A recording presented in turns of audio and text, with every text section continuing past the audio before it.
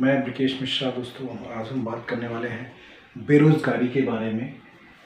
दोस्तों, आज का जो हमारा टॉपिक है वो है बेरोज़गारी। इसमें राइटिंग बड़ी अच्छी नहीं है, लेकिन आज हम इसके बारे में बात करेंगे। दोस्तों, बेरोज़गारी का मतलब क्या है? बेरोज़गारी का मतलब ये होता है कि कोई काम करना चाहता है पर उसके लिए काम नहीं है, इसी को हम बेरोज़गारी कहते हैं। दोस्तों, हमारे देश में बेरोज़गारी पिछले 2 सालों में बहुत ज़्यादा बढ़ी है। 2020-21 में कोरोना के कारण बहुत ज़्यादा बेरोज़गारी बढ़ी है, क्योंकि जो भर्तियां निकलने वाली थी वो नहीं निकल पाई हैं और बाकी जो जॉब पे थे वो जॉब से निकाल दिए गए। इसकी वजह से बेरोज़गारी बहुत बढ़ गई है। तो दोस्तों, आज इसके बारे में हम डिस्कस करने वाले हैं कि बेरोज़गारी एक्चुअली में है क्या और ये इतना ज़्यादा क्यों बढ़ रही है, इस पर इतना ज़्यादा बवाल क्यों मचा हुआ है। दोस्तों, हमने देखा कोरोना के टाइम में, जब कोरोना के टाइम में जो भी किसी कंपनी में काम करता था, उस कंपनी से या तो उसको निकाल दिया गया या तो उसको ब्रेक दे दिया गया। ऐसा क्यों हुआ? इसके वजह से बेरोज़गारी बढ़ गई।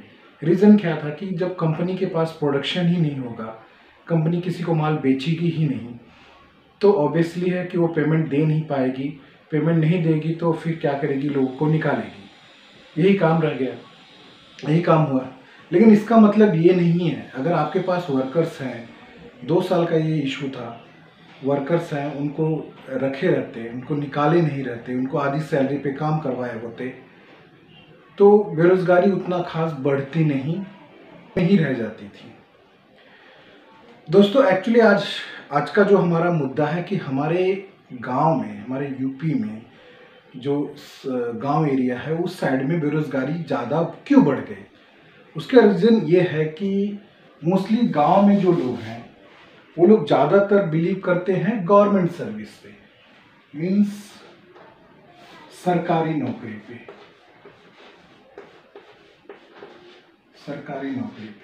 ज़्यादातर लोग जाने की कोशिश करते हैं। लेकिन पिछले ही नहीं निकली। इसके वजह से देखो, सब लोग ये बोलते हैं कि हमारी जो राज्य सरकार है वो नौकरियां निकालती नहीं है। क्यों नहीं निकालती है?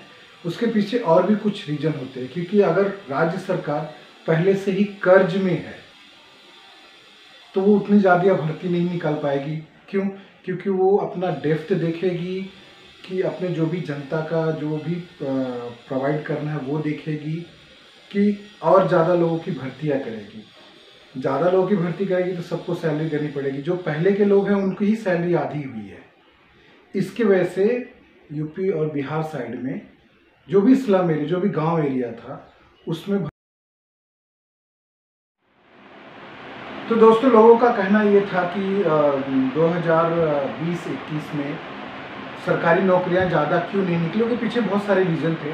उसके पीछे सबसे बड़ा रीज़न ये था कि जो थी उन्होंने कहीं से भी ज़्यादा पेमेंट, मतलब टैक्सेस नहीं लिए, क्योंकि पूरा 2 साल तक हर एक चीज़ बंद था। वे उनके पास जो खजाना पहले से पड़ा हुआ था उसमें से वो लोग गेहूँ चावल वगैरह फ्री में दिए थे, वैक्सीन दिए थे फ्री में, सभी लोगों को पेमेंट दिया जा रहा था। इसके वजह से बहुत ज़्यादा प्रेशर गवर्नमेंट के ऊपर था। इसके वजह से गवर्नमेंट ने, राज्य सरकार ने, सेंट्रल गवर्नमेंट ने ज़्यादा भर्तियाँ नहीं निकाली। यही कारण था कि बेरोज़गारी ज़्यादा बढ़ी। बाकी बात करते हैं कि जो प्राइवेट सेक्टर में है, प्राइवेट सेक्टर में ये था कि उनके पास प्रोडक्शन जो था वो कम था, इनकम कम थी, इसलिए वो लोग भी किसी की भर्तियां नहीं ले रहे थे। इसका भी एक कारण है कि बेरोज़गारी बहुत ज़्यादा बढ़ गई थी। और क्या था कि जो अपने गांव एरिया में बहुत सारे लोग ऐसे हैं कि जो सिर्फ गवर्नमेंट सर्विस ही करना चाहते हैं, उनको प्राइवेट में जाना ही नहीं है। ये भी एक सबसे बड़ा कारण था कि बेरोज़गारी बढ़ी। मेरा कहने का मतलब ये है कि आपके पास अगर अभी गवर्नमेंट जॉब नहीं है तो ठीक है, कोई बात नहीं, अभी फ़िलहाल आप प्राइवेट में ट्राई करो, प्राइवेट में नौकरी करो। इसके बाद आप उसमें ट्राई करते रहो। अगर आपको नौकरी मिल जाती है तो फिर आप प्राइवेट छोड़ दो। देखो, अगर आपको सरकारी नौकरी नहीं मिल रही तो इसका मतलब ये थोड़ी है कि आप बेरोजगार हो गए हो।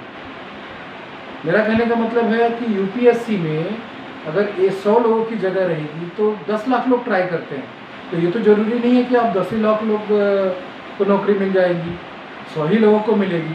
ट्राई तो सब लोग करते हैं, तो इसका मतलब ये थोड़ा है कि जो 10 लाख में 100 लोगों को नौकरी मिल गई, बाकी जो बच गए उनको वेट करना चाहिए कि मुझे सरकारी नौकरी मिलेगी। ऐसा कुछ नहीं है, जो बचेंगे उनको कहीं ना कोई जॉब करना ही पड़ेगा।